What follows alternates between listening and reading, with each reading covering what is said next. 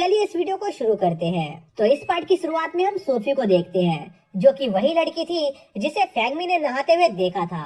और Sophie master फू के नए डिसाइपल से मिलने के लिए काफी ज्यादा एक्साइटेड होती है, क्योंकि उसने अपने दोस्तों से मास्टर फू के नए स्टूडेंट की काफी ज्यादा तारीफ सुनी थी।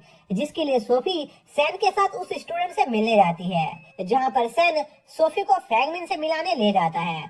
और फैंगमिन को वहाँ पर देखकर सोफी काफी ज्यादा हैरान थी, क्योंकि सोफी फैंगमिन से एक बार पहले फॉरेस्ट में मिल चुकी थी। तभी सैन सोफी को वहाँ पर छोड़कर किसी काम से वहाँ से चला जाता है, जो देखकर सोफी फैंगमिन के पास मौजूद फर्नेस पर अटैक करती है, जिससे चौंक कर फैंगमिन तुरंत वहाँ से दूर हट जाता है। लेकिन तभी सोफी के अटैक की वजह से वो फर्नेस ओवरलोड होकर फटने वाला होता है। पर फैंगमिन सही समय पर सोफी को बचा लेता है और उससे पूछता है कि आखिर वो यहाँ पर क्या करने आई है। जिस पर सोफी फैंगमिन को बताती है कि वो यहाँ इसलिए आई थी ताकि वो फैंगमिन की मदद से अपने लिए एक हाई ग्रेड का आर्टिफैक्ट बनवा सके, जिसे सोफी अपने सिलेक्शन ट्रायल के दौरान यूज करना चाहती थी। जो सुनकर फैंगमिन थोड़ा हिचकिचा रहा होता है, क्योंकि हाई ग्रेड के वेपन्स को क्राफ्ट करना काफी ज्यादा मुश्किल होता था। इसलिए फैंगमिन सोफी से उस वेपन को क्रिएट करने के लिए अपनी पूरी कोशिश करने का वादा करता है। लेकिन फैंगमिन को एक हाई ग्रेड के वेपन को क्रिएट करने के लिए काफी सारे मटेरियल की जरूरत थी, जिस पर सोफी फैंगमिन को मटेरियल की चिंता करने से मना करती है, क्योंकि उसके होते हुए फैंगमिन को मटेरियल की कोई दिक्कत नहीं होने वाली थी। जिसके कुछ समय बाद ही सोफी फैंगमिन को काफी सारे मटेरियल लाकर दे देती है, जिस पर फैंगमिन सोफी के लिए एक स्वॉर्ड क्रिएट करने लगता है, जहां पर फैंगमिन अपने लॉकेट की मदद से अपने फर्स्ट ट्राई के अंदर ही एक हाई लेवल स्वॉर्ड को क्रिएट करने में कामयाब हो जाता है, जो कि कोई मामूली बात नहीं थी, क्योंकि हाई ग्रेड के वेपन को क्रिएट करना काफी ज्यादा मुश्किल होता था। तभी फैंगमिन सोफी को वेपन ट्राई करने को देता है, जिस पर सोफी देखती है कि फैंगमिन का क्रिएट किया हुआ वेपन सच्ची में काफी ज्यादा बढ़िया था। इसी बीच उस हॉल से दो आदमी आपस में बात करते हुए जा रहे होते हैं, जहाँ पर एक आदमी अपने साथी को अपना स्प्लिट बीस्ट दिखा रहा होता है, जो कि उसे कुछ समय पहले एक जंगल के अंदर मिला था। जिस पर सैन फैंगमिन की स्वॉर्ड को टेस्ट करने के लिए अपने मैजिक से उस बीस्ट को काफी ज्यादा बड़ा और पावरफुल बना देता है, जो देखकर उस स्प्लिट बीस्ट के ओनर वहाँ से डर कर भाग जाते हैं। इसी बीच वो बीस्ट सोफी और फैंगमिन पर हमला करने आगे बढ़ने लगता है, जो देखकर सोफी फैंगमिन को प्रोटेक्ट करने के लिए उसके सामने आ जाती है और उस स्वॉर्ड से उस बीस्ट पर हमला करती है। पर वो बीस्ट सोफी के सभी अटैकों को डॉज करके उस पर हमला करने वाला होता है, जिस पर सोफी उस स्वॉर्ड की मदद से उस बीस्ट के अटैक को रोकने की कोशिश करती है।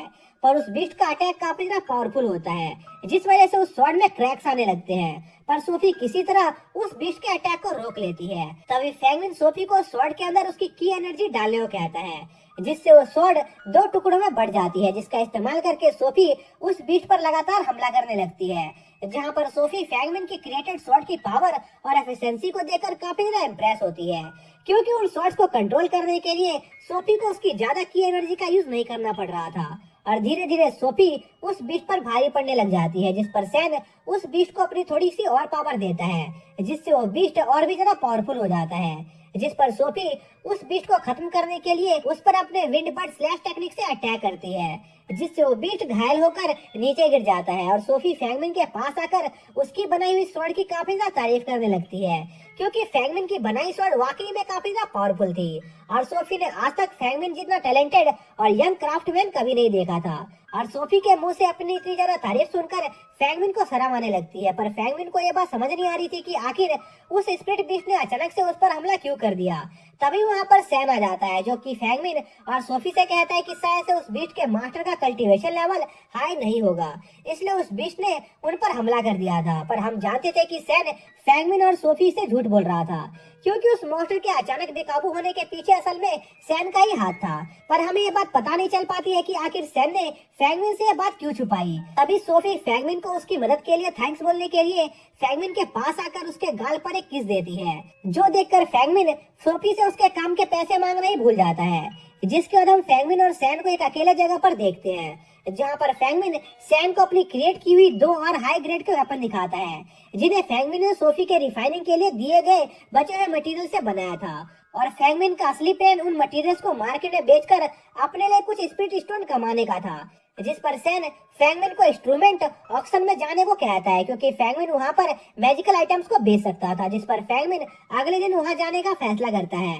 फिर हम अगले दिन का सीन देखते हैं जहाँ पर फैंगमिन फैंगजी सिटी के बाहर घूम रहा होता है और सिटी को अच्छे से देख रहा होता है, जिस दौरान फैंगमिन की गलती से एक आदमी से टक्कर हो जाती है, जिस पर उस आदमी को फैंगमिन पर काफी ज्यादा गुस्सा आ रहा होता है, जो देखकर फैंगमिन उस आदमी से माफी मांगने की कोशिश करता है, पर इससे पहले ही वो आदमी फैंगमिन पर हमला कर देता है, जो देखकर फैंगमिन अपने हाई ग्रेड शील्ड का यूज करके उस आदमी का अटैक को ब्लॉक कर लेता है। पर यह देखने के बाद भी वो आदमी फैंगमिन पर अपना अटैक जारी रखता है, पर उस आदमी का कोई भी अटैक फैंगमिन के शील्ड को डिस्ट्रॉय नहीं कर पाता है। तभी इस लड़ाई का शोर शराबा सुनकर वहाँ पर एक लड़की आ जाती है, जो कि उस आदमी पर दिन दहाड़े फैंगमिन पर हमला करने के लिए इल्जाम लगाने लगती है।